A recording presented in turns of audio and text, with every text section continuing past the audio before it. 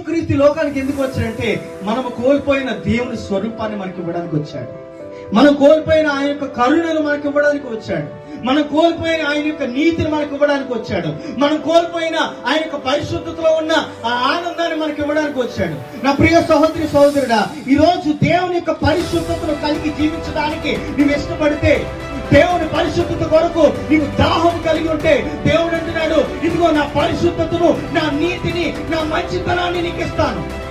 I will give you my goodness. I will give you my holiness.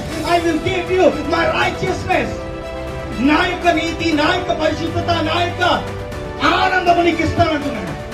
దేవుడిచ్చే ఆనందము, దేవుడిచ్చే శాంతి ఈ లోకంలో ఎక్కడ వెతికినా అది దొరకదు. There is no comparison. ఈ లోకానికి అది చాలా వ్యత్యాసమైనది. అందుకే ఈ రోజు ఎంతమంది ఎందుకు దేవుని నమ్ముకుంటున్నారో తెలుసా?